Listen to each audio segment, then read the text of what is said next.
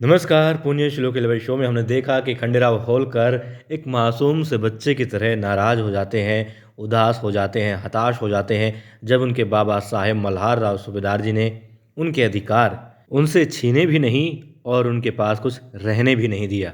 इसी बात को लेकर के वो बहुत ज़्यादा हताश थे और फिर अपने बच्चों को वो कहानी सुना रहे होते हैं। कहानी सुनाते हैं एक राजा की और एक राजकुमार की, मगर हकीकत होती है मल्हार राव सूबेदार जी और खंडेराव होलकर की। और फिर बच्चे पूछते हैं कि आगे क्या हुआ, आगे क्या हुआ। तब वो बताते हैं कि बहुत ज़्यादा परेशान है, अच्छा है राजकुमार, मगर फिर भी उसे अच्छा माना नहीं जाता, उसे कमज़ोर ठहराया जाता है। देवी हिलाती हैं और आगे की कहानी बताती हैं। कहती हैं राजकुमार बहुत वीर हैं, पराक्रमी हैं और ये बात जानते भी हैं और मानते भी हैं और यही चाहते हैं राजा साहेब। इसीलिए वो चाहते हैं कि उस राजकुमार में कोई भी इंसान कमी ना निकाल पाए, वो पूरी दुनिया पर राज करे, उसके अंदर कोई भी कमी ना हो। हालांकि राजकुमार में कोई कमी है भी नहीं, मगर दोनों के बीच में थोड़ी गलतफहमी आ गई है। थोड़े से समय के लिए वो दूर हो जाएगी और फिर वो राजकुमार जैसा राजकुमार खुद चाहता है उसकी कहानी वैसे ही वो लिखेगा। सब कुछ सही होगा, अच्छा होगा, खुशियाँ ही खुशियाँ होंगी। और बच्चे अब सो चुके होते हैं और मल्हार राव सूबेदार जी का एक पोता मालेराव होलकर सोने का अभिनय कर रहा होता है।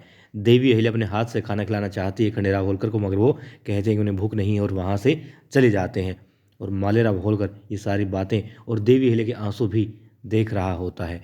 फिर भोर हो जाती है और मालेराव होलकर को उसके बिस्तर से उठाती है हरकूबाई और गोद में ले लेती है उठा करके। मुक्ताबाई को कहती है चलो फिर तुम्हें अपनी कक्षा में भी जाना है, ज्ञान कक्ष जाना है, पढ़ना भी है और आज तो श्रावणी सोमवार है तो पूजा भी होगी महल में, उठो जल्दी चलो।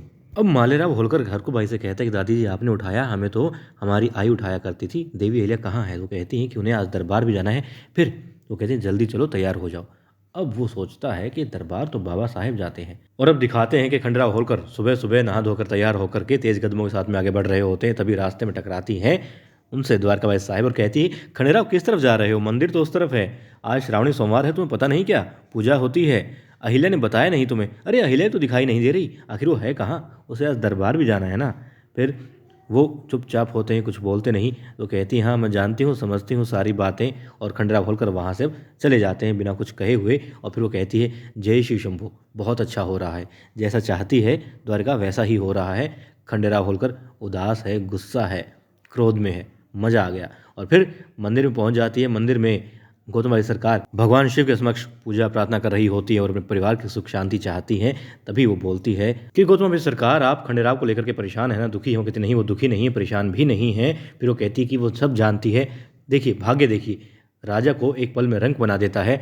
कल तो वो द्वारकाबाई साहिब अपनी बेटी के लिए चिंतित थी, दुखी थी, और आज खंडेराव यानी बेटे के लिए गौतम भाई सरकार दुखी है, चिंतित है। और कारण देखिए, दोनों का कारण एक ही है, देवी अहिल्या है। फिर वो कहती हैं कि अहिल्या कारण नहीं है और कोई भी दुखी यहाँ पर नहीं है। फिर वो कहती हैं कि देखिए अहिल्या ही है, उसे दरबार चाहिए था, जो चालें वो चलती हैं सारी ठीक बैठती हैं और उसी हिसाब से वो चालों को बैठाती भी रहती है। वो कहती है उन्होंने कभी भी नहीं कहा कि देवी अहिल्या दरबार जाना चाहती है। वो कहती है कहना ज़रूरी नहीं है, मगर चाहती तो है। फिर दिखाते हैं सब लोग मंदिर में होते हैं, पूजा कर रहे होते हैं और खंडेराव होलकर बहुत जल्द वहाँ से जाना चाहते हैं। देवी अहिल्या रोकना चाहती है, कहती है कि अभी थोड़ा वक्त है, थोड़ी देर और रुक जाइए। तो कहते नहीं, हमें बहुत सारे काम हैं। अब वो शिव शंभू से प्रणाम करके प्रार्थना करके वहाँ से चले जाते हैं और सब लोग ये बात देखते भी हैं, महसूस भी करते हैं, मगर कोई कुछ नहीं कहता।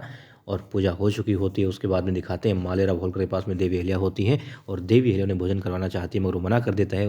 वो कहता है कि आपकी वजह से सब कुछ खराब हो रहा है, आप सिर्फ अपने बारे में सोचती हैं, आप अपनी प्रजा के बारे में सोचती हैं, आप दूसरों के बारे में सोचती हैं, मगर आप अपनों के बारे में नहीं सोचती हैं। आप खंडेराव होलकर जो मालेराव के पिता हैं उनके बारे में नहीं सोचती हैं। देवी अहिल्या की वजह से वो कहता है कि मालेराव होलकर, उनके पिता खंडेराव होलकर बहुत ज़्यादा दुखी हैं, परेशान हैं और इसलिए वो उनके हाथ से खाना नहीं खाएंगे, बात भी नहीं करेंगे। और मालेराव होलकर वहाँ से चले जाते हैं। देवी अहिल्या को बहुत बुरा लगता है, दुखी होती हैं, रो रही होती हैं। अब हरकूबाई आती है और देवी अहिल्या उनसे कहती हैं कि उन्होंने जो पढ़ा था वैसा कुछ भी तो नहीं होता। उन्होंने कहा कि वो आम के बीज बोते हैं मगर हाथ में लगते हैं बबूल, ऐसा क्यों है? फिर वो कहती हैं कि ऐसा नहीं है। हरकूबाई देवी अहिल्या को समझाती है बड़े अच्छे तरीके से और उनके आंसू भी पहुँचते हैं। तभी वहाँ पर रखमाबाई आ जाती है, कहती है कि अहिल्या तुम यहाँ हो, माफ़ करना, रखमाबाई तो भूल ही गई थी कि तुम्हें दरबार भी जाना है। वो तो रसोई का कुछ काम कहने चलिए, कोई बात नहीं, खुद कर लेगी। देवी अहिल्या कहती नहीं, रसोई का काम करके ही फिर वो दरबार जाएंगी। फिर वो कहती है अच्छा तुम रसोई का काम भी देखोगी, मुझे तो लगा था कि तुम अब जो चाहती थी। वो कहती क्या? फिर वो और ज़्यादा मायूस होती हैं देवी अहिल्या कि देखो करना कुछ चाहती हैं, होता कुछ है, महल के सब लोग उन्हें गलत ही समझते हैं।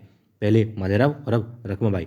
फिर खैर वहाँ से वो मामला निपट जाता है। देवी अहिल्या अपने मार्ग पर अपने लक्ष्य की ओर आगे बढ़ती हैं और वहाँ अपने मार्ग पर आगे बढ़ रहा होता है सुजाउदौला भी। वो डाकुओं के सरदार से बात करता है और कहता है कि दक्षिण सीमा है जो मालवा की, वहाँ पर आतंक मचा दो और 10 दिन बाद पूरी तैयारी के साथ में, बड़ी सेना के साथ में सुजाउदौला मालवा पर हमला कर देगा। तब तक दक्षिणी सीमा को तुम खोखला कर दो।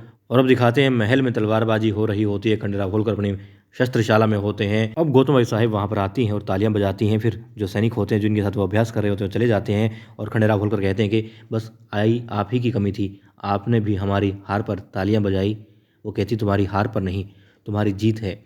और वो यानी कि तुम्हारी आई गौतम बाई साहेब कभी भी खंडेराव की हार पर ताली नहीं बजा सकती, खुश नहीं हो सकती। वो कहती है तुम्हारी हार हुई भी नहीं है, बस ठीक है थोड़ी सी नासमझी आ गई है और जो मनमुटाव आया है, जो हालात बने हैं, तुम उसे बदलो। जब पहले खुद को बदलोगे तभी तुम लोगों की सोच को बदल पाओगे, विचारों को बदल पाओगे और हालात को बदल पाओगे। खंडेराव तुम एक योद्धा हो, तुम लड़ाई से पहले हथियार नहीं डाल सकते। फिर वो कहती हैं कि योद्धा कई बार ऐसा करता है कि 2 कदम पीछे हटता है 1 कदम आगे बढ़ने के लिए। वो कहते हैं अच्छा 1 कदम आगे और 2 कदम पीछे।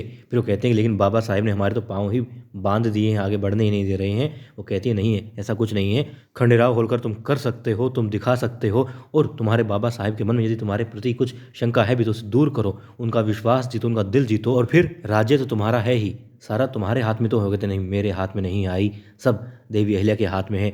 खंडेराव होलकर तो सिर्फ एक कठपुतली हैं, जैसा जिस इशारे से देवी अहिल्या चाहेंगी उन्हें नाचना पड़ेगा। वो कहती है ऐसा नहीं, वो तुम्हारी पत्नी है और जैसे ही तुम सूबेदार जी का मन जीत लोगे, तुम अपने आप को लायक साबित कर दोगे, देवी अहिल्या खुद ब खुद तुम्हारे हाथ में तुम्हारी सारी शक्तियाँ, सारे अधिकार दे देंगी। तभी आती है एक सेविका और कहती है कि मल्हार राव सूबेदार जी ने गौतम बाई साहिब और खंडेराव होलकर को बुलाया है।